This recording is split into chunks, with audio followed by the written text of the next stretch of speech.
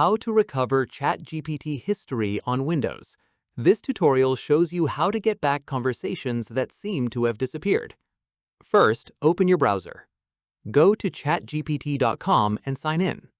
After that, check if your chat is just hidden by scrolling through the full list on the left. From there, click the search icon at the top. At this point, type a keyword from the missing conversation to search for it directly.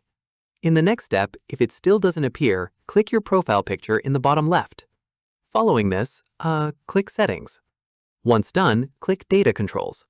From here, check if Archive Chats has any conversations moved there instead of deleted. At this stage, click Archive Chats to view and restore any you find.